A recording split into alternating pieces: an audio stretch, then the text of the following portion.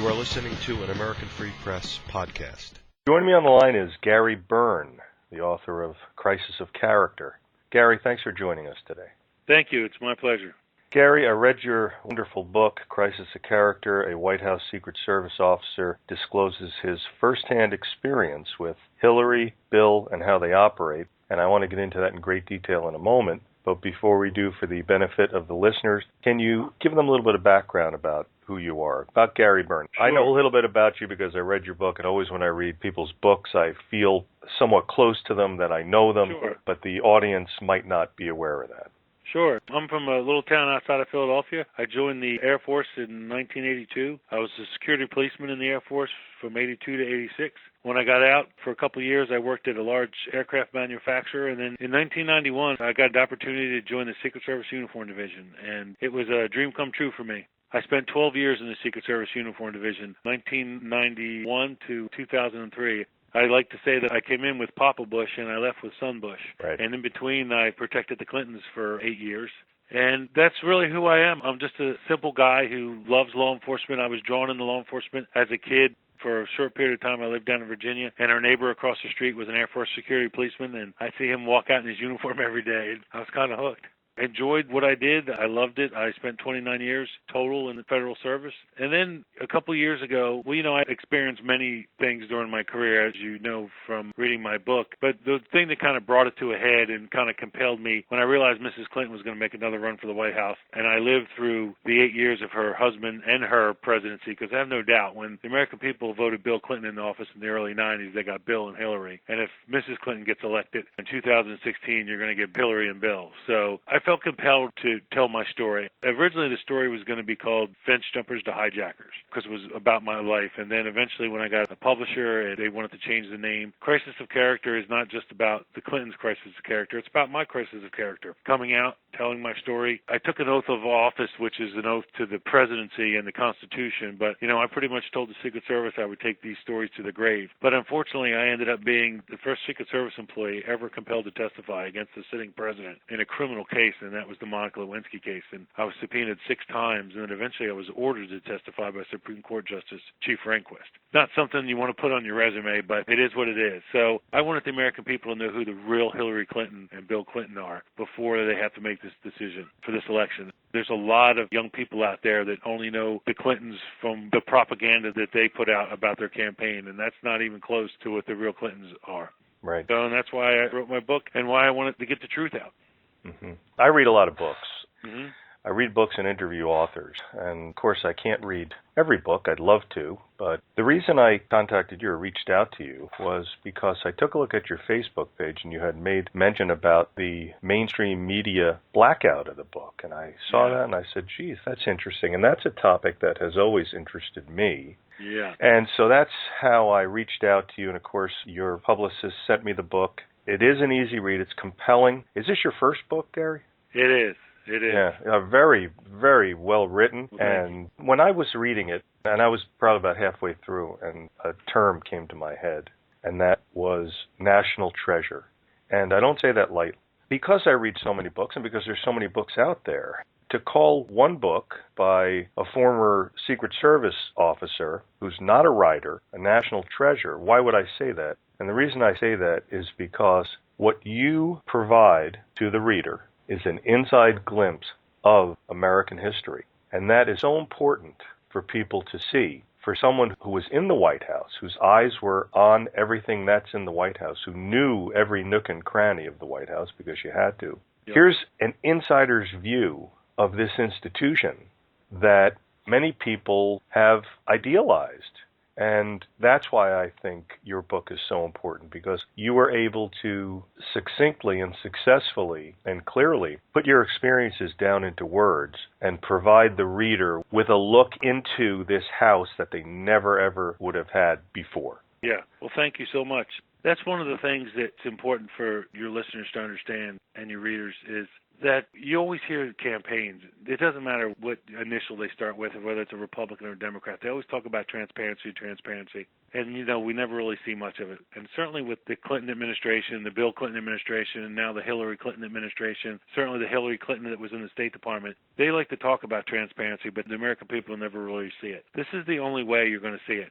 It was it's still tough for me to talk about some of these things. I never thought I would talk about them outside of school, as we called it in the Secret Service. But I'm so adamant about the American people knowing who the real Hillary Clinton is. This is who they really are in my book. And if you take my book and you did a little bit of more research, which I'm sure you're aware of this, but one of the first jobs that Hillary Clinton had as a young lawyer was working on the Watergate case, investigating President Richard Nixon for the Watergate break-in. The person that hired her, the lead Democrat in charge of the investigation, actually fired her for dishonesty. You take that by itself and you fast forward to today, what we know about her when she was Secretary of State, what we know happened and didn't happen in Benghazi. Who was a U.S. Senator for 8 years and doesn't know that she can't set up her own private server? And the only reason you would do that is to hide information. So the only transparency that a lot of people are ever going to get on the Clinton machine is from my book, Crisis of Character. And again, that's one of the compelling reasons I stepped forward to do this. I honestly believe, after protecting presidents in the Secret Service and the American public as an air marshal, I feel this is my mission now, to get the truth out there. If people still want to vote for it because that's their beliefs, I'm fine with it. That's our system. But know what the truth is and then act on it. Right. Thank you, Gary, so much for Thank writing you. this. I'm of the mind that I like to wake up every day and try to learn a bunch of things. And that's one of the reasons I love what I do. And here with this book, it really allowed me to learn tons of things.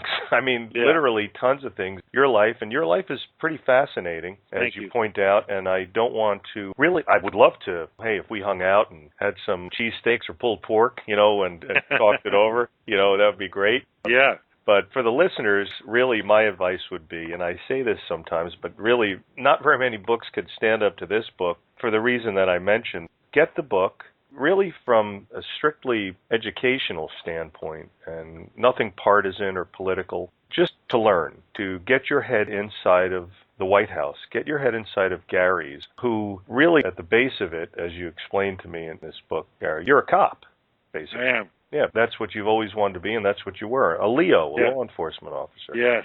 You overcame some great odds with dyslexia and some other things. What were some of the other obstacles that you had to overcome?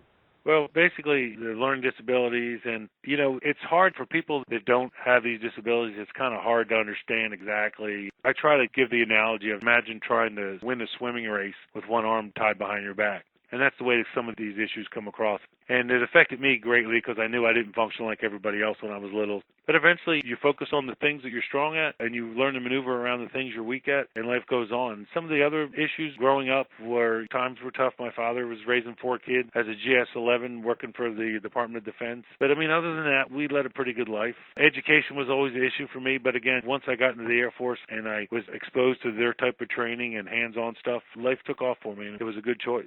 You weren't just in the SSUD, and I want to get into that. Sure. You moved from there. Did you go from the SSUD to tours? Yeah. So the Secret Service, is a pretty large agency. It's run by the agents. They're federal investigators. And, the Secret Service's actually original mission was protection of the currency during the Civil War. And then eventually they got the duty of protection of the president. So the agents split those duties, protection and securing our currency. Then there's the Uniform Division that I was in. They're federal police officers. The Uniform Division has many, many jobs that most people don't know about. They do the metal detectors at the White House and around the world wherever the president travels, then the vice president. They do the bomb-sniffing canine dogs. They do the counter-sniper teams that you see that protect the president and the vice president. They're 90% of the instructors out at the training center. And they also do the emergency response teams, the ERT teams that defend the White House and the vice president's residence. So, originally I was on the outer post. Then I interviewed and got the position to work outside the Oval Office.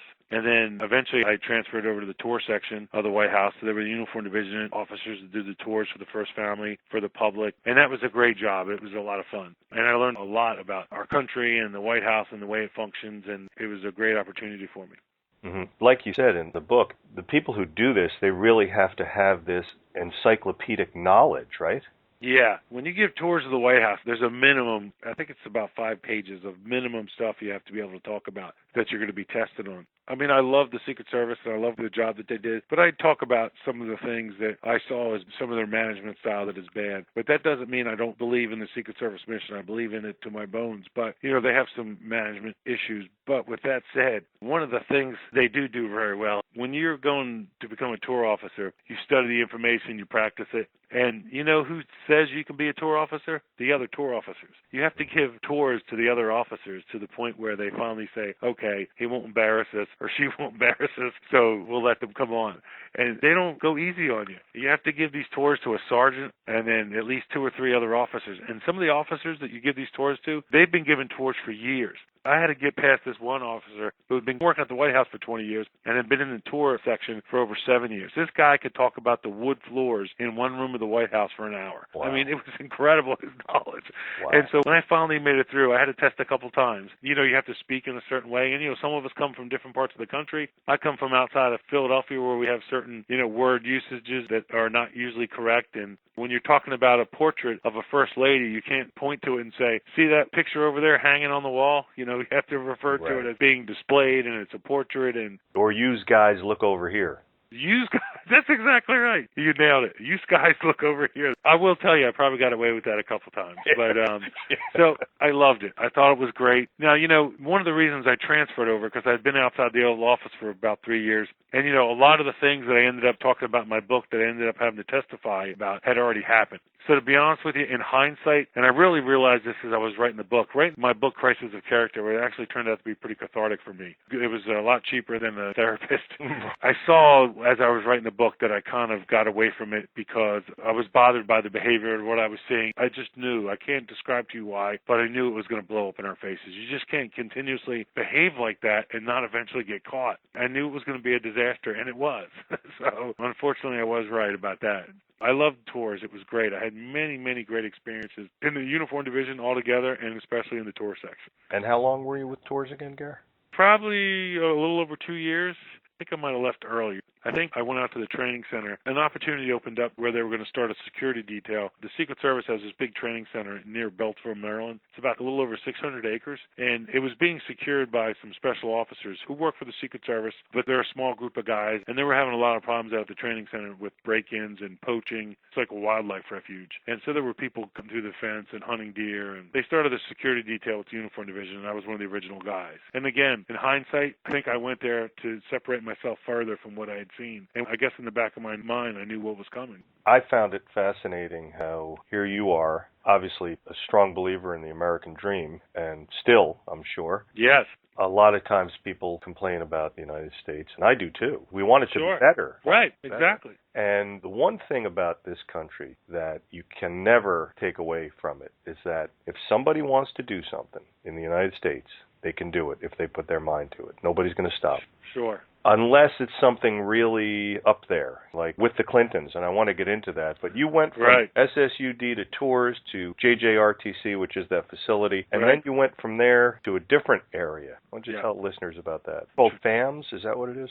Oh, yeah, the Air Marshals, yes. 3 days after 9/11, we found out that they were going to expand the Federal Air Marshal Service. And again, in hindsight, I'd tell you that one of the reasons I transferred over to the primary reason was because of patriotism, and we were attacked with our own planes, and we needed to protect them. And I had these great skills at the Air Force and the Secret Service, and to be completely honest, hunting all those years gave me these great skills, and it gave me this mentality where I believe it's important to protect other people. I always have, and I don't want to sound like I'm blowing smoke up my own backside, but I must be pretty good at it, and I thought my skills would be needed in the Air Marshal Service, so I applied like a lot of people did, and I transferred over, and by the time the paperwork and interview, by the time I left the uniform division, it was 2003, and the Air Marshal Service was probably about a year old, 8 months old exactly, expanded the way it is today. So I went over there, and I spent 13 years. In that 13 years, I flew over 4 million air miles, which is 166 times around the globe. I figured it out one day. Yeah, so it's a very important job, but it's exhausting. It's tough on your family. It's a lot of separation. But it's a necessary job, and you have to train all the time. You have to train yourself. You just can't rely on the government training. You have to practice on your own and your fighting skills, your shooting skills, and I loved it. I'm glad that I retired. I retired this past March,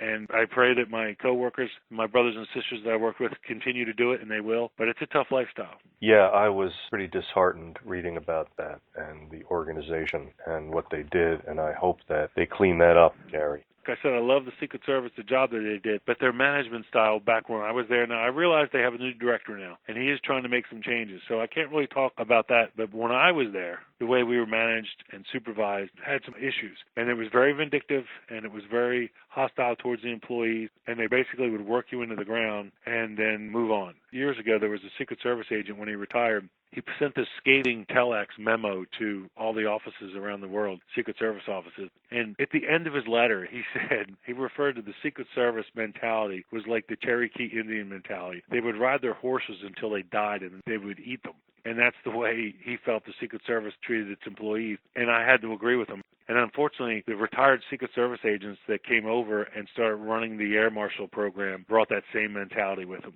Yeah, I remember reading that in the book. Now, you said you were in the White House from, was it 91 to 2003? Is that right? Yeah, the whole time I was there. Even when I was at the training center, I still came back to the White House. I was outside the Oval Office for roughly the first 3, almost 4 years of the Clinton administration. Mm-hmm. And you basically just stood guard in your uniform outside of the Oval Office. Right. The post outside the Oval Office is referred to as E6, and the primary responsibility of that officer, the fixed uniform division posts in the White House are permanent. They're there all the time. They've been there for over 70 years, and they're there for certain reasons. The agents that protect the president, his personal protection agent group, they're there when the president's there. But the uniform division maintains that post outside the Oval Office 24 hours a day, 7 days a week.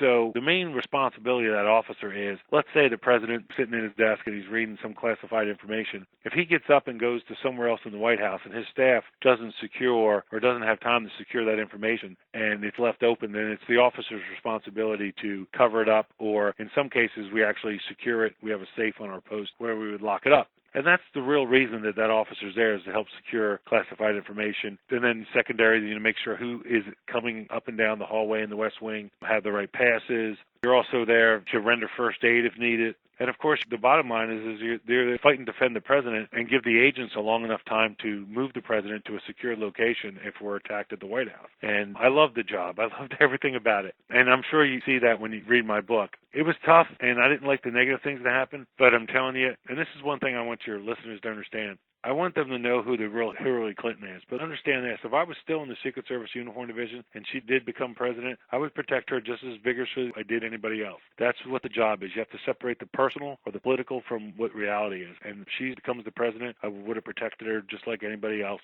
to the best of my ability. Of course. On page 23, the White House is a shithead magnet. Yeah. And what does that mean exactly? Yeah. So to put it in perspective for you, unfortunately, there's such a thing called mental illness, and everybody in the world who has issues, maybe they're not mentally ill to start out with, but if they get this ideal in their head that the President of the United States can help fix it, they come to Washington, D.C., and they come to the White House, and they come every day, and they show up all the time, 24 hours a day at the White House, and it got so bizarre, it was entertaining, but you had to keep it in perspective, because a lot of times these people are sick. When I say sick, they have mental illness, and sometimes I refer to them as just being crazy, and I don't mean crazy sick, I mean crazy like they're normal people, but they want an audience with the president because, for whatever reason, they think they have the answer to fix the world's problems. And it's fascinating to watch this play out in front of you when these people come up all the time and they try to sneak their way or finagle their way into the White House. And it was just fascinating. Right, and of course they can't all be Elvis Presley. No, they cannot. And nor do they all bring gold-plated handguns.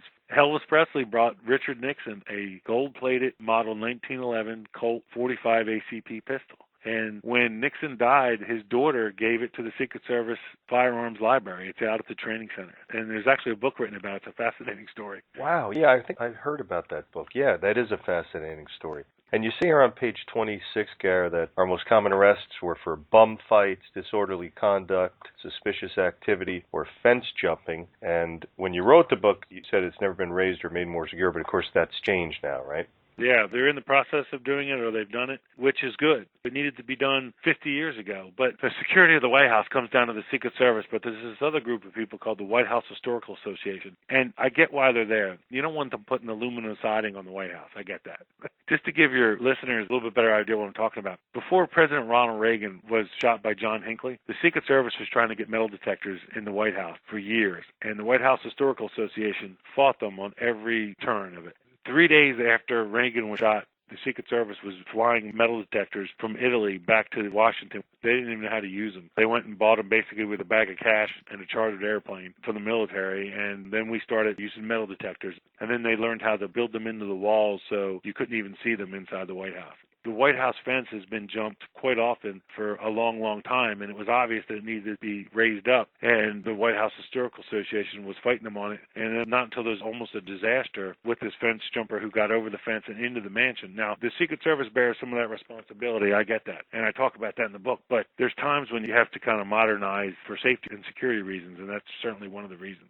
Right, and they're raising the fence from 7 feet to 11 feet 7 inches, so it's pretty substantial. It's about a 50% jump. Yeah, and that's exactly what they need, and that does a couple things. If somebody's going to breach the fence, now they got to bring equipment. They got to bring a ladder. And it gives the Secret Service Uniform Division and the agents time to respond and to prepare a couple extra seconds if that big attack comes, that they can defend the White House. And have no doubt they will. I worked there for many years, and I practiced that scenario many, many times in my head and in training. And I have no doubt whoever gets in there, I don't want it to be Mrs. Clinton, but if she does, they'll protect her, no matter how rude, arrogant, and disgusting she is to the Secret Service, which I talk about in my book. Yes. I want to ask you, just for my own curiosity, on page 28 where you talk about in October 92 you were patrolling the Ellipse Park to the south of the White House in an unmarked van. 3 long-haired, bearded guys dressed in blue jeans and green surplus Vietnam-era fatigue jackets were moving calmly and purposefully in tandem, cleaning out a white van and throwing bagged items into a trash can. I know you chased them for a long while, but you had to pull back. Did they finally get those guys?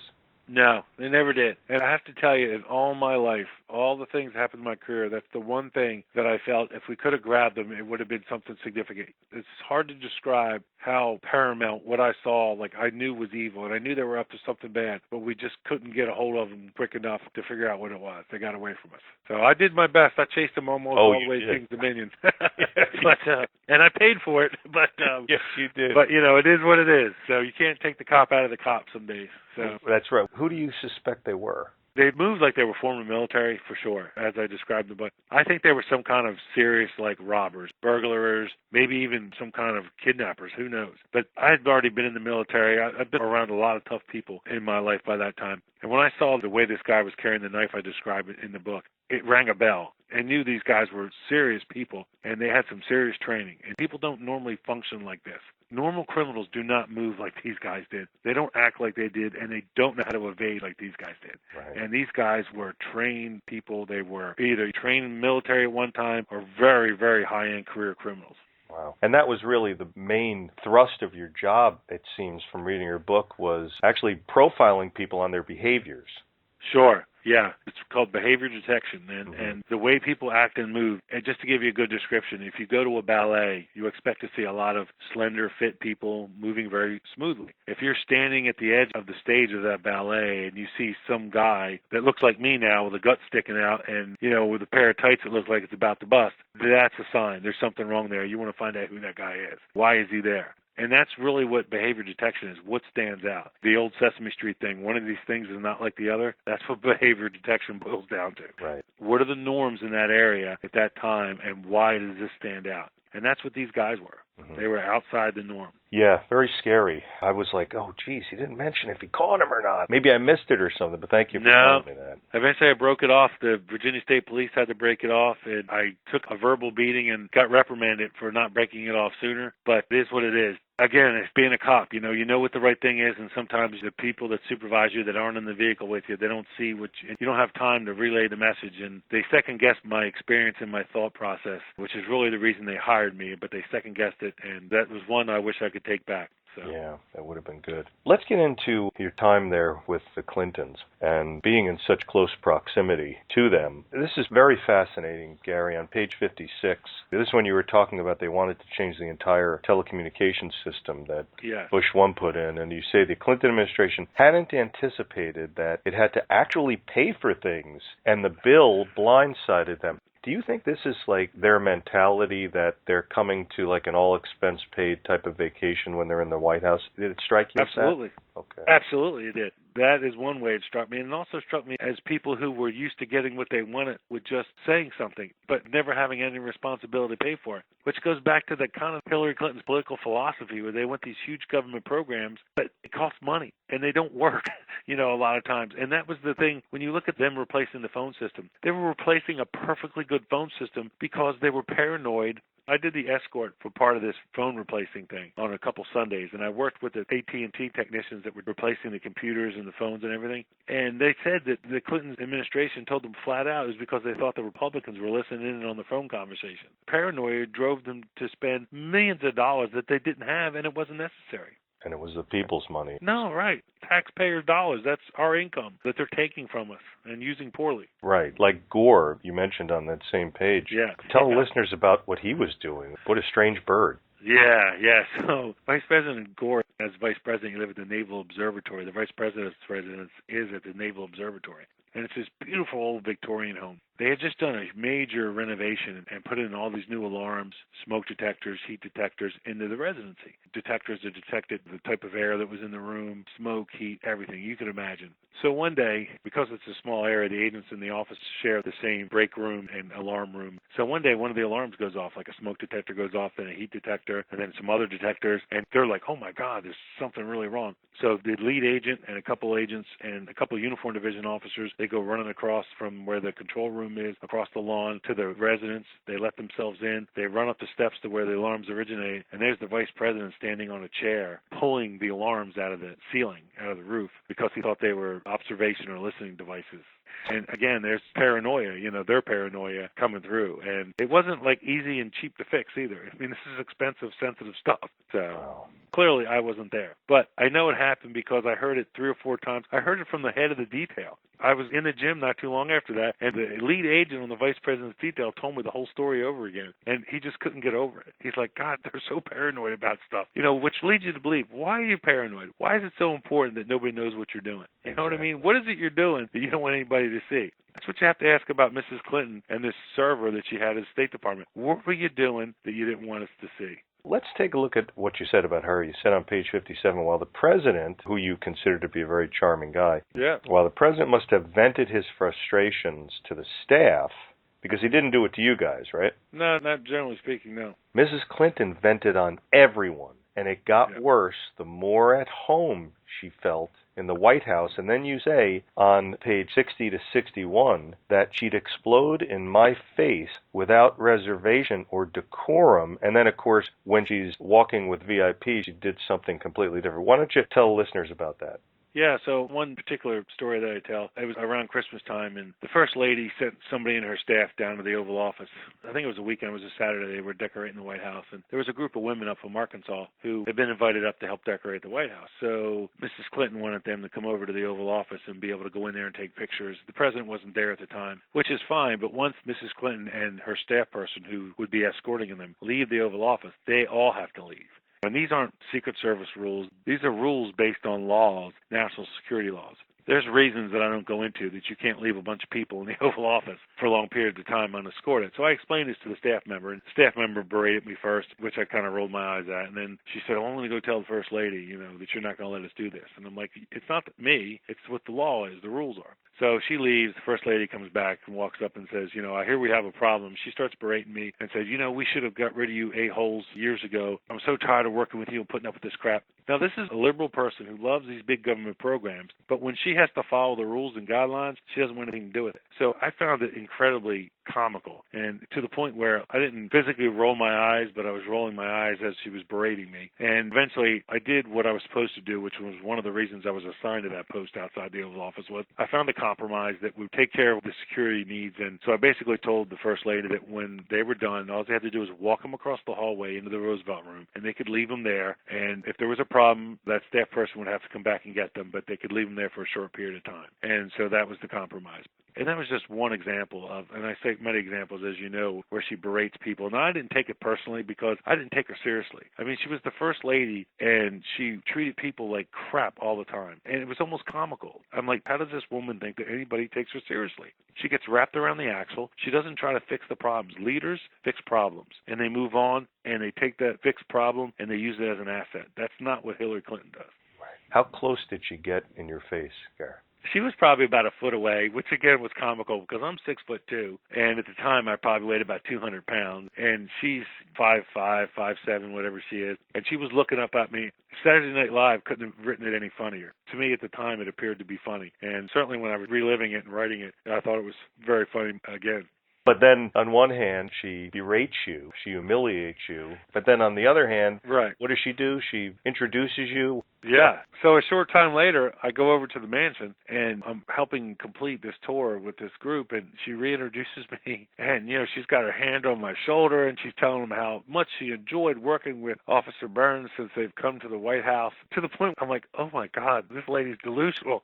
She can't stand us, And at one point, I almost believe her. I want to believe her, but I know what the truth is. I smiled, and I thanked her, and I did the right thing. I was polite, and I gave the tour, and I was nice to the people, and then, life goes on. And then the next crazy thing happens, Wow. Let me know, Gary, if I read this correctly on page 75, where you're talking about when her detail passed, Mrs. Clinton expected everyone else to disappear. What's that about? Yeah, they started doing this thing where she made it clear that she wanted people in the hallways when she was coming to hide or move. She didn't want to see anybody.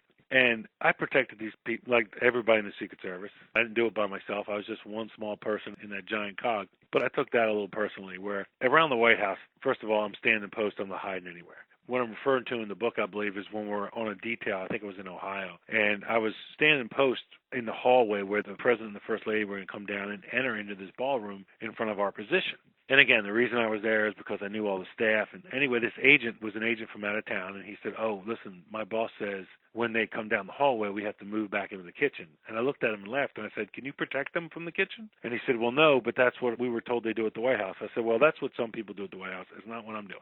So anyway, he's like, okay, Mr. Tough Guy. So they come down the hallway. He ducks into the kitchen. I stand my post like I'm supposed to. And the president looked over at me and actually nodded, acknowledged me. And then the first lady was talking. And then the agent in charge that was pushing the shift that day, as we call it, he looked over as they were walking in, and he looked at me like with a glare, like he wanted to set me on fire. But I just found it ridiculous. Don't get me wrong. I know the agents are around them and they're protecting them. But if that minute or the 2 minutes before an attack had started, everybody needed to be there to protect them. And that's the mentality you have to have. It's going to happen any second, and this is the way it's going to happen. It's going to be vicious, violent, and you have to return that viciousness and violence as fast as you can to protect them. And that's the job. Why do you think, Gary, that she wanted you all to disappear? What was the motive? Because she despises us. She despises the military. She despises law enforcement. I talk about this, as you know, extensively in my book, Crisis of Character. She despises military and law enforcement. She is a dictator. She's the definition of a dictator. She wants all these big government programs, but she doesn't want to follow the rules. She wants to be able to, with the wave of a pen, have things done her way. And the truth is, she's a terrible decision maker. We've seen that many, many times over her entire public career. She gets fired as a Watergate investigator. She loses to a first-term senator from Illinois that nobody knew, and then he makes her Secretary of State, and that was a complete disaster. It certainly was a disaster for those people in Benghazi, and then the email server. I mean, how is it that anybody thinks that Hillary Clinton can lead? She doesn't even understand, after 8 years as a senator, that you can't have your own private server. Clearly, she knew that. She did it to keep the information away from the American public. Right, and she did, unfortunately. Yeah. With Comey, FBI Director Comey, who I went to high school with. What a tough position he's in. Yeah, that's right. And probably when he said what he said, that no reasonable prosecutor would do that, he meant, geez, no reasonable prosecutor would dare do that, because then they'd have to go up against the Clintons. And you said in here that you feared them. Sure. Page 165, we simply feared the Clintons. Do you still fear them? No, not really. I mean, yeah, a little bit. And what I mean by that is, when I was protecting them, I feared the way they acted. Both of them were so reckless in their behavior. For God's sakes, I mean, when you read my book and you just look at the scandals, in 8 years that he was in office, there were 19 scandals. I don't fear physically for my life or my family's life. Listen, I've been protecting myself and other people for a long time. I know what it takes to do it, and I've taken those precautions. I've also made the right steps in getting the right large law firm to help protect myself, because I knew the way they would come at me. I know the Clinton machine. I'm a subject matter expert on these people. And if your listeners get a chance to read my book, they'll see that. I've taken steps to protect myself. But with that said, there's a certain amount of risk. But I feel so strongly about people knowing who the real Hillary Clinton is that I'm willing to take that risk. This is my mission now. I'm no longer a federal police officer. I'm retired. This is my mission. Mm-hmm. And you just retired, you said, and I meant to say congratulations on that. Thank you. I made it. Yeah. Yes. Yeah. What was it, 29 years, you said? 29 years, yep. Or you might not have said Force. it. I read it. Yeah, 29 years. Yeah, 29 years, 4 years in the Air Force, 12 years in the Secret Service Uniform Division, and 13 years as an Air Marshal. God, I'm exhausted. Yeah. You know what? I don't know how you did it, man. I really don't. One of the reasons that I wanted to do this interview was to let the listeners know about the real Hillary Clinton, because you were able to see her all those years face to face, and you knew what she was about, and you saw both the husband and wife, and you pointed out, and I'll let the listeners examine that when they read the book, about their relationship, how they really were not like a happy couple together. When they were in public, they were one way. When they were in private, they were another. Right. But tell listeners about, because this is a startling story. The fella who, I guess he was relatively new there, and this is on page 70. One day, UD officers met to review events at their respective posts. A bewildered new officer arrived, and he says, hey, you'll never believe it. And Gary, if you want to use the actual language that she used, that would be fine, if you're comfortable doing it. I'm comfortable. Yeah, I'm fine. And this story is painful in a couple of ways.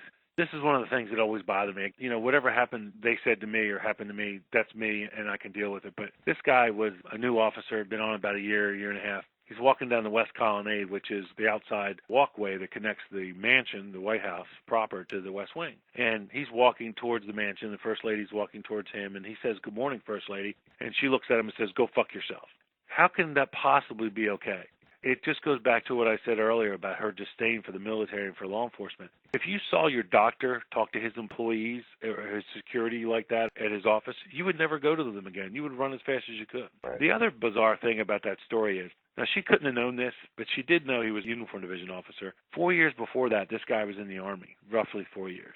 And he had been deployed in one of the earlier missions to Somalia. Not the story that we would know now as Black Hawk Down, but before that. And this guy had been wounded. He'd been shot. The bullet sneaked under his body armor. He was badly wounded. And he survived, obviously, and he got a Purple Heart. He went there to Somalia in the U.S. Army under orders from Bill Clinton. 3 or 4 years later, he comes to the White House to protect them again, be in the Secret Service and protect the Clintons. And the First Lady tells him to go fuck himself. I'm sorry. That's unacceptable. And I know it's true because it was investigated. It wasn't the first time it happened, and it wasn't the last time it happened. It's the way she treats people. She treats people like she's a dictator and everybody else is below her. Now, what does that say about the psychology of their mind, how their mind works? Right. How she looks at people. That's the real Hillary Clinton. She despises us. She despises the common person. She despises the military. She is all about gaining control and power. And it will not be good for the American people, I promise you. That's my experience, and that's one of the reasons I wrote the book, Crisis of Character. I guess seeing them up close and personal on page 117, you say that by 1994, and they got into office, that was January 20th, 93, right? So it says, by 1994, I no longer felt the allegiance to the man who now occupied that office. I mean, that says a lot. Yeah, I'd seen enough. I mean, don't get me wrong. I believed in the office of the presidency. I was protecting the office of the presidency. But the human being, Bill Clinton, I mean, I realize we're all human, but his faults, the things he was doing and the affairs, and it was just something that you couldn't respect. And it's not the way I was wired, and it's not the way most people in the Secret Service were wired. But you have to learn to set that aside. I still protected them to the best of my ability, and I helped the agents and the other parts of the Uniform Division and the Secret Service do the best they could to protect them. But things I saw changed my opinion of the person, Bill Clinton, absolutely. Mm-hmm. And I want to tell the listeners that there's something in this book that, and I don't want to get into it because I want it to be a surprise for you, but there's something in this book that you'll be very surprised about because Gary, personally, individually, significantly, had so much to do with the whole Monica Lewinsky matter coming to light. I think that the readers will be in for a big surprise. Yeah. Wow, I didn't know any of this stuff, Gary, and didn't realize the huge part you played in exposing this. My unfortunate claim to fame, I'm not sure if I've said this already in the interview today with you, but my unfortunate claim to fame was that I was the first employee of the U.S. Secret Service to ever be compelled to testify in a criminal case against the sitting president, and that was the Monica Lewinsky case. I was actually subpoenaed 6 times and eventually ordered to testify by Chief Justice for inquest. So not something you want to put on your resume. And that's one of the reasons that when I was toying with the idea of coming out, and I knew this would be horrendous, and I knew the Secret Service, it would put pressure on them. But how did I get there? I got there because was President Bill Clinton wasn't man enough to come forward. If he had come forward in the very beginning when the accusations were out there and Judge Starr thought he knew what he knew, which he did, and came out and said, I did do this, it was wrong, and then moved forward. But no, they did what the Clintons always do. They turned everything into a huge scandal with all these lies, and they caused all this destruction to other people's lives, to all the uniform division officers. And again, I'm not concerned about myself. I survived pretty good. A lot of the agents and officers, they did not. And then they had the Secret Service manipulating the whole legal thing because they were trying to force this group of officers forward and protect themselves. So it was a very bizarre time. But even with those things, as you alluded to in the book, there were times where I tried to do things that would protect him, and you just can't help them help himself.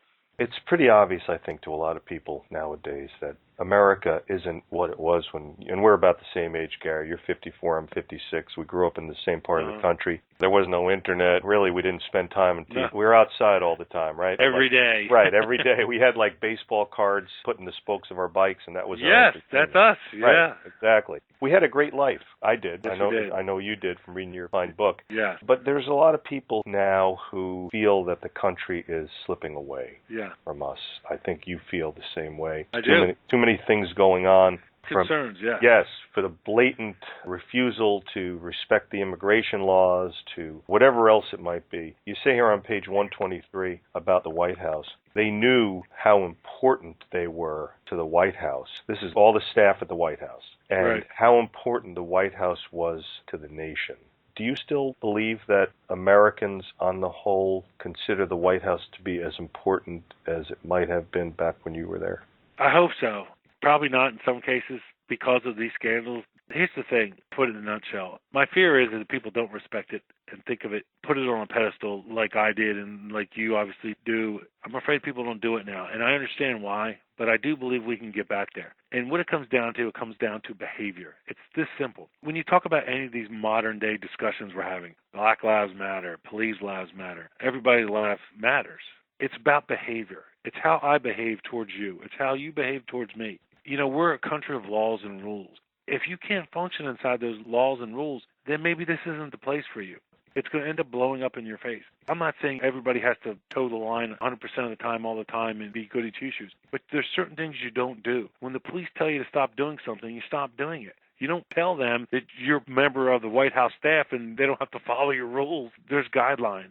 We're trying to be a polite society. And there's a group now, certainly a thrust in the Democratic Party, where they don't want to follow any rules. They want you and I to do it, and they want us to pay all these tax dollars, the American people, to support all these crazy programs, but they don't want to follow the rules themselves. And it's at the point now where people realize it. And the truth is it comes down to behavior. And if you don't behave well, you're not going to do well. That's the bottom line. People don't want to admit it.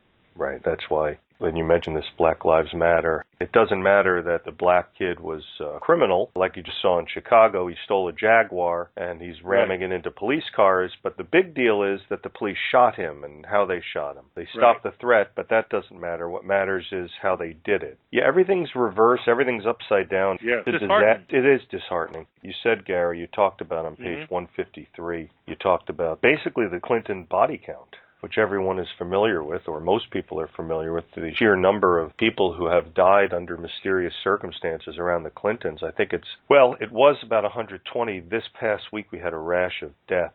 Did you hear about that? I did. I follow it. I try to take it with a grain of salt, but, I see what everybody else sees that wants to look at it. I talk about this in my book. I'm sure you're familiar with it. In the early 90s, I was working with an Arkansas deputy sheriff, and I was discussing with him at the time, the early 90s, this young governor, Bill Clinton, his governor that was going to run for office, and all these mysterious deaths around them, all the information about these affairs and his supposed alleged drug use. And I said to this deputy sheriff, I'm like, there's no way this guy is ever going to be president of the United States. And he looked at me like he was looking right through me. He said, Gary, let me tell you something. Everything you hear about these people is true. I'm from Arkansas. I've seen it all. My father saw it all. And if he runs for office, he'll become president of the United States, and he'll be there for 8 years. And he says, I'm telling you, these people, there's a reason we refer to them as the Arkansas Mafia. They can spin shit in the gold.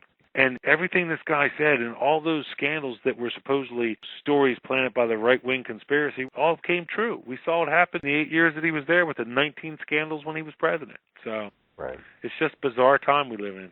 It is, my friend. I should have mentioned before, when the folks do read your connection to Monica Lewinsky and, of course, what followed with Ken Starr and all that, these people put you and your family through hell. I didn't realize how bad it was, or what the FBI is supposed to be, I guess, on your team, what they did to you and the pressure they put on you and your pregnant wife. It was just so sad. Yeah. And I want the readers to understand, because not only do you provide an incredible view and glimpse into the White House, but you also provide a horrendous view and glimpse into the American justice system and how they treat people and what they did to you, somebody who is a man who served his country for all those years. I mean, if they treat you like that, right, what does that say? So that was very disheartening. That's the standard Clinton operating procedure. Everybody that gets caught up in their scandals ends up getting crapped on. And that's what will happen if she becomes president. Nothing's going to change. It's going to be the same Arkansas Mafia that they talked about in the early 90s. So, how are Jenny, Elizabeth, and Ethan handling now the book?